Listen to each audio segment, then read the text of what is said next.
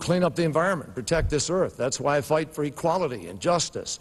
All of those things come out of that fundamental teaching and belief of faith. But I know this, that President Kennedy in his inaugural address told all of us that here on earth, God's work must truly be our own, and that's what we have to say. I think that's the test of public service. Mr. President? I think it's important to promote a culture of life. I think a hospitable society is a society where every being counts and every person matters. I believe the ideal world is one in which every child is protected in law and welcome to life. I understand there's great differences on this issue of abortion, but I believe reasonable people can come together and put good law in place that will help reduce the number of abortions. Take, for example, the ban on partial birth abortion. It's a brutal practice. People from both political parties came together in the halls of Congress and voted overwhelmingly to ban that practice. It made a lot of sense. My opponent, in that he's out of the mainstream, voted against that law. What I'm saying is that as we promote life and promote a culture of life, surely there are ways we can work together to reduce the number of abortions, continue to promote adoption laws. That's a great alternative to abortion. Continue to fund and promote maternity group homes. I will continue to promote abstinence programs. The last debate, my opponent said his wife was involved with those programs. That's great, and I appreciate that very much. All of us ought to be involved with programs that provide a viable alternative to abortion. Mr. President, let's have a new question. It goes to you, and let's get back to economic issues. Health insurance costs have risen over 36% over the last 4 years, according to the Washington Post. We're paying more, we're getting less. I would like to ask you, who bears responsibility for this? Is it the government? Is it the insurance companies? Is it the lawyers? Is it the doctors? Is it the administration? Gosh, I sure hope it's not the administration. No, there's a systemic problem. Healthcare costs are on the rise because the consumers are not involved in the decision-making process. Most healthcare costs are covered by third parties, and therefore the actual user of healthcare is not the purchaser of healthcare. And there's no market forces involved with healthcare. It's one of the reasons I'm a strong believer in what they call health savings accounts. These are accounts that allow somebody to buy a low-premium, high-deductible catastrophic plan and couple it with tax-free savings. Businesses can contribute, employees can contribute on a contractual basis, but this is a way to make sure people are actually involved with the decision-making process on health care. Secondly, I do believe the lawsuits, I know that the lawsuits are causing health care costs to rise in America. That's why I'm such a strong believer in medical liability reform. At last debate, my opponent said, well, these lawsuits only cause costs to go up by 1%. Well, he didn't include the defensive practice of medicine that costs the federal government some $28 billion a year and costs our society between $60 and $100 billion a year. Thirdly, one of the reasons why there's still high costs in medicine is because this is they don't use an information technology. It's like if you looked at it's the equivalent of the buggy and horse days compared to other industries here in America. And so we've got to introduce high technology into health care. We're beginning to do it. We're changing the language. We want there to be electronic medical records to cut down on error as well as reduce costs. People tell me that when the health care field is fully integrated with information technology, it'll wring some 20% of the costs out of the system. And finally, moving generic drugs to the market quicker. And so those are 4 ways to help control the costs in health care. Senator Kerry. The reason health care costs are getting higher, one of the principal reasons is that this administration has stood in the way of common sense efforts that would have reduced the cost. Let me give you a prime example. In the Senate, we passed the right of Americans to import drugs from Canada.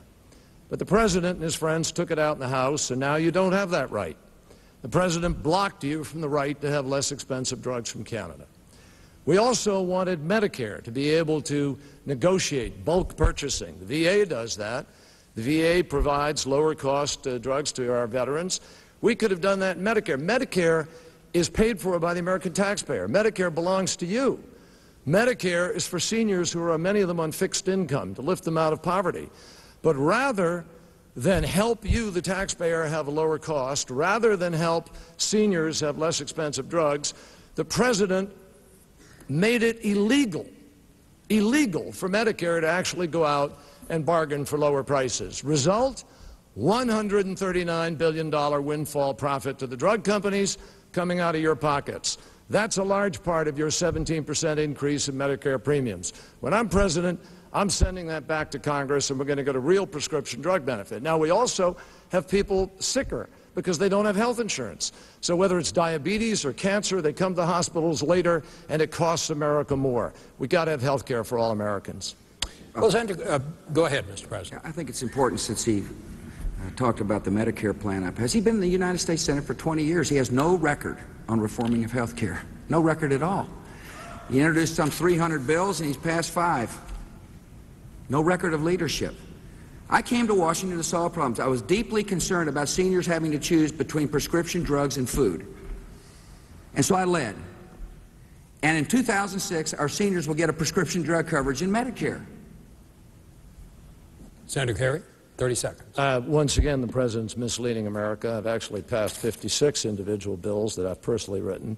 And in addition to that, they're not always under my name. There's amendments on certain bills.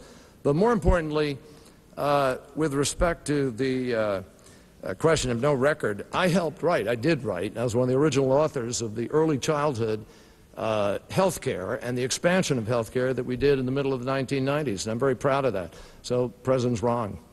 Let me direct the next question to you, Senator Kerry, and again, let's stay on health care. You have, as you have proposed, and as the President has commented on tonight, proposed a massive plan to extend health care coverage to children. You're also talking about the government picking up a big part of the catastrophic bills that people get at the hospital. And you have said that you can pay for this by rolling back the President's tax cut on the upper 2%. You heard the President say earlier tonight that it's going to cost a whole lot more money than that. I just ask you, where are you going to get the money? Well, 2 leading national news networks have both said the President's characterization of my health care plan is incorrect. One called it fiction, the other called it untrue. The fact is that my health care plan, America, is very simple. It gives you the choice. I don't force you to do anything. It's not a government plan. The government doesn't require you to do anything. You choose your doctor. You choose your plan. If you don't want to take the offer of the plan that I want to put forward, you don't have to. You can keep what you have today, keep a high deductible, keep high premiums, keep a high copay, keep low benefits, but I got a better plan. And I don't think a lot of people are going to want to keep what they have today. Here's what I do. We take over Medicaid children from the states so that every child in America is covered. And in exchange, if the states want to, they're not forced to, they can choose to, they cover individuals up to 300% of poverty. It's their choice. I think they'll choose it because it's a net plus of $5 billion to them. We allow you, if you choose to, you don't have to, but we give you broader competition to allow you to buy into the same health care plan that senators and congressmen give themselves. If it's good enough for us, it's good enough for every American. I believe that your health care is just as important as any politician in Washington, D.C. If you want to buy into it, you can. We give you broader competition. That helps lower prices. In addition to that, we're going to allow people 55 to 64 to buy into Medicare early. And most importantly, we give small business a 50% tax credit so that after we lower the cost of health care, they also get, whether they're self-employed or a small business, a lower cost to be able to cover their employees. Now, what happens is when you begin to get people covered like that, for instance, in diabetes, if you diagnose diabetes early, you could save $50 billion in the healthcare system of America by avoiding surgery and dialysis. It works, and I'm going to offer it to America. Mr. President. In all due respect, I'm not so sure it's credible to quote leading news organizations about, oh, never mind. Anyway, let me quote the Lewin Report. The Lewin Report is a group of folks who are not politically affiliated. They analyzed the senator's plan. It cost $1.2 trillion. The Lewin report accurately noted that there are going to be 20 million people, over 20 million people added to government-controlled health care. It'll be the largest increase in government health care ever. If you raise the Medicaid to 300%, it provides an incentive for small businesses not to provide private insurance to their employees. Why should they insure somebody when the government's going to insure it for them? It's estimated that 8 million